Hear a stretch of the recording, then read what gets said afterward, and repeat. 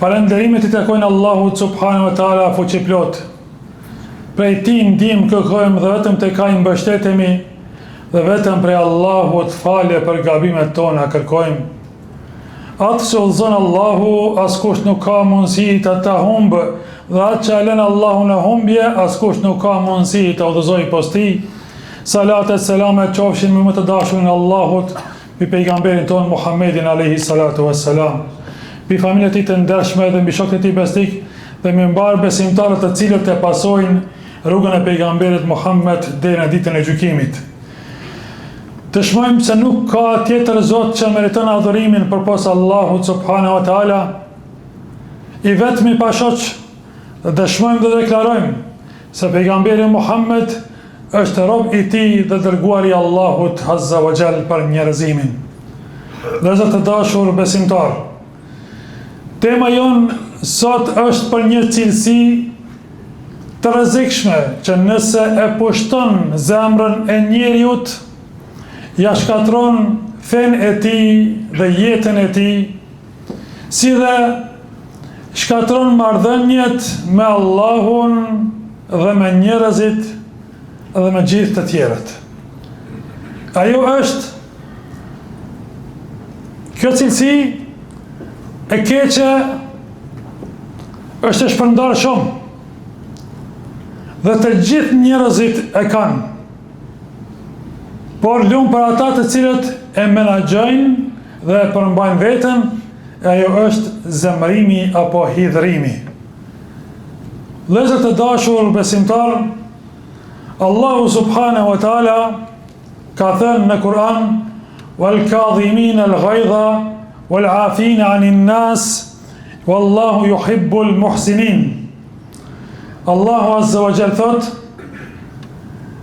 dhe I lavdëron për ata njerëz dhe ata që përmbajnë zemërimin dhe ja falin njerëzve, e Allahu azza wa jall I do bamirësit. Allahu azza wa jall nuk tha në Kur'an dhe ata që nuk hidhrohen, nuk zemërohen, por tha dhe ata që përmbajnë veten. Pra cilësi e njerit është që të hidhrohet, por kërkohet për njeriu që ta qetësoj veten dhe të jeti përmbajtur dhe ta menaxhoj këtë cilësi të keqe. Se për ndryshe që është tham, mund që ti prish raportet me Allahun, mund që t'ja prish ahiretin dhe t'ja humb xhenetin e njeriut. Vëllezër të dashur besimtar, duhet të dim që së pari hidhrimi mund ta çojë njeriu në mëkat, dhe ato në mëkate të mëdha, sepse njeriu kur është nervoz mund të flet gjëra dhe apo të veproj veprime me të cilat e hidhron Allahun subhanahu wa taala, sepse njeriu kur është nervoz gabon fort, sepse shan, ofendon, fyen, rraf, thën, apo ndoshta edhe e vret dikë. Vëllezër të dashur, këto janë vetëm ato mëkate që mund t'i bëjë njeriu ka shi dikujt tjetër. E ka shi Allahut azza wa jall, Allahu na ruajt, të dalin fjalë që ofendojnë dhe e shajnë Allahun subhanahu wa taala gjatë hidhrimit, e që Allahu na ruajt, kjo është shkatrim edhe I tjetër, është shkatrim edhe I dinit tij, edhe dalje nga feja. Vëllezër të dashur besimtar, Allahu azza wa jall na ka këshilluar në Kur'an duke na thënë: "Wa imma yanzaghannaka minash shaytani nazghun fasta'idh billah." E nëse ty të ngacmon shejtani me ngacmimet e tij, mundohet që me të dirigju, ti në atë moment thuaj: "A'udhu billahi minash shaytanir rajim." Kërko mbrojtjen e Allahut azza wa jall nga shejtani I mallkuar. Një njeri u afrohet te pejgamberi sallallahu alaihi wasallam dhe kërkoi nga ai këshill, tha: "O I dërguar Allahut, më këshillo, më porosit me diçka." Pejgamberi sallallahu alaihi wasallam I tha: "Mos u hidhro, mos u nervozo." Ja përsëriti këtë pyetje pejgamberi sallallahu alaihi wasallam, këtë kërkesë, të njëjtën gjë pejgamberi alayhis salam disa herë e këshilloj pej atë njeri që të mos në zemërohet. Dhe kjo, vëllezër të dashur, mu ishte këshilla e duhur e pejgamberit sallallahu alaihi wasallam, sepse shumë të këqija, shumë gabime, shumë mëkate dhe shumë dëme rrjedhin nga hidhrimi. Për të arsye, ishte këshill e pejgamberit sallallahu alaihi wasallam shumë me vlerë për ata që e kuptojnë. E dyta që duhet të dimë, o vëllezër të dashur, në këtë çështje, është që hidhrimi i prish marrëdhëniet. I prish marrëdhëniet, i prish raportet që shtam pra së pari me Allahun azza wa jall. I prish raportet vëllezërore. I prish raportet farafisnore. I prish raportet burr e grua, bashkëshortore. I prish raportet e ortakëve, i prish raportet e punëtorëve me shefin dhe anasjelltas. Për atë arsye, o vëllezër të dashur, është e rëndësishme që ta kontrollojmë vetveten tonë e mos të thojmë pastaj çka bëra dhe pse fola e pse veprova, sepse njeriu i bjerë pishmanit atëherë kur qetësohet, atëherë e shef që pas ka gabuar gjatë hidhrimit. Pejgamberi sallallahu alaihi wasallam i këshilloi sahabët duke i thënë: nuk është i fort ai i cili e mund tjetrin gjatë përleshjes, por i fort dhe i fuqishëm është ai i cili e përmban vetveten e tij gjatë hidhrimit, gjatë zemrimit.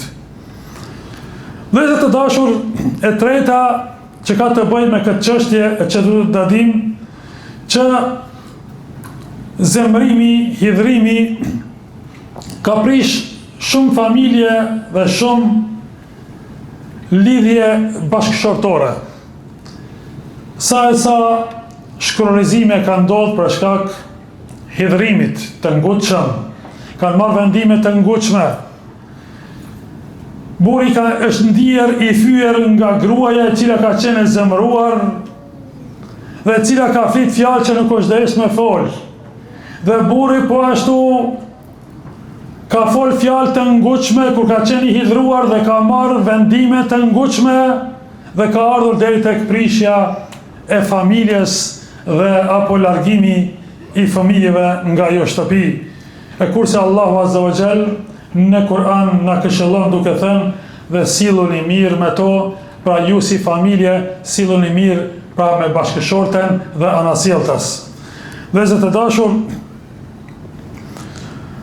që shtama dhe në fillim të hutbes, nervozizmi, hidhrimi, zakonisht e çon njeriun deri në pendim.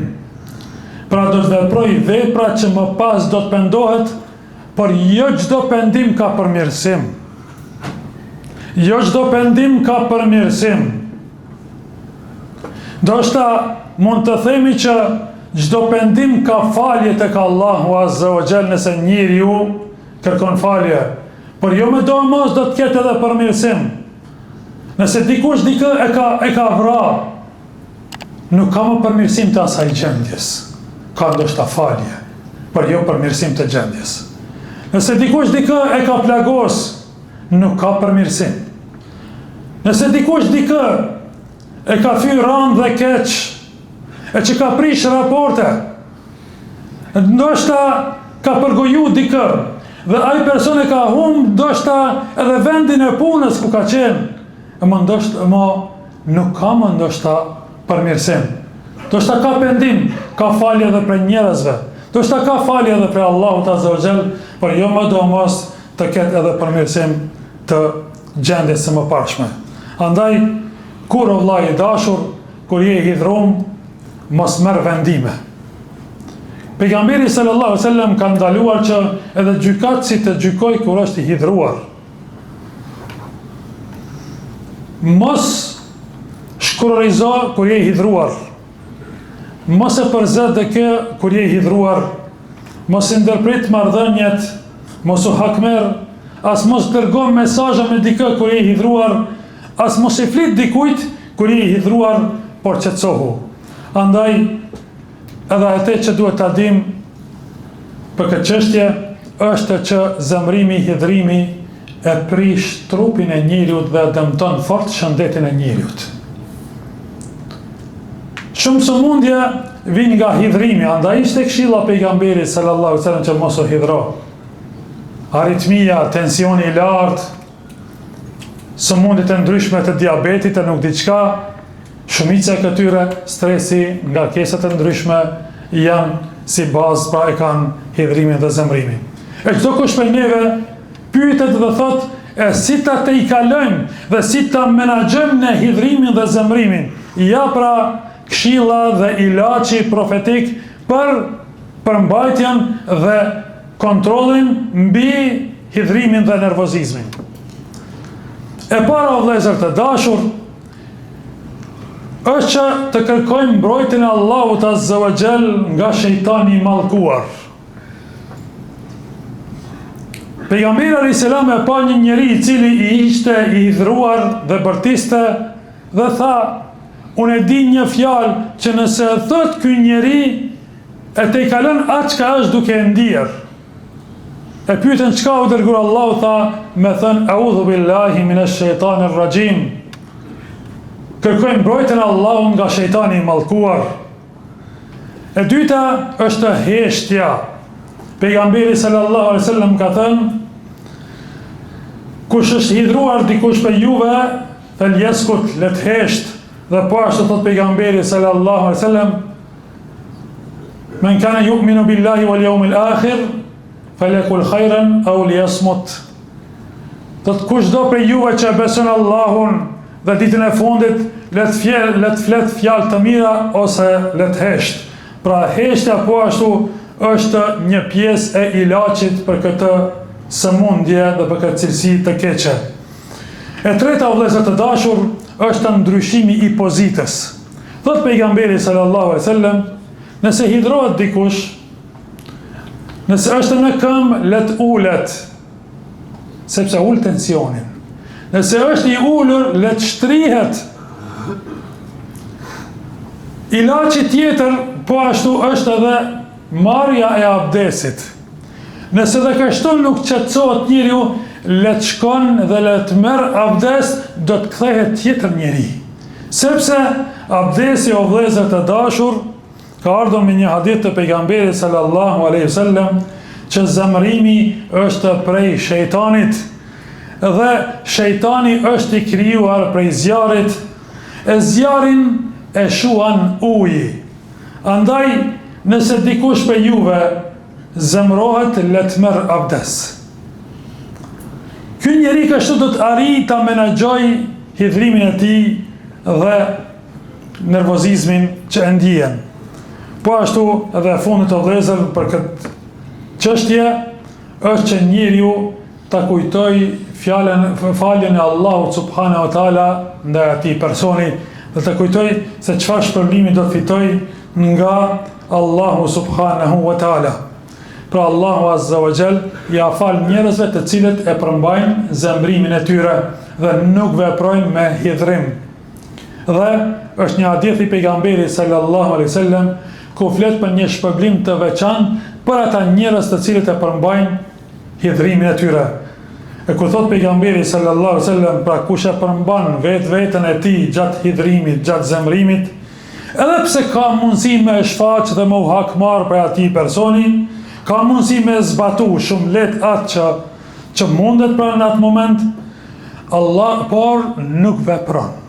Allahu azza wa jall do të thras atë para krijesave në ditën e gjykimit dhe do të lejoj që të zgjedh prej hyrive të xhennetit çfarë të dëshiroj ai. Pra ky është shpërblimi i një personi i cili e ndal dhe kontrollon dhe menaxhon zemrimin e tij. Elusim Allahun azza wa jall na uzon në rrugën e drejtën të falë gabimet. Aqulu qawli hadha wa astaghfiru li wa lakum. Alhamdulillahi rabbil alamin.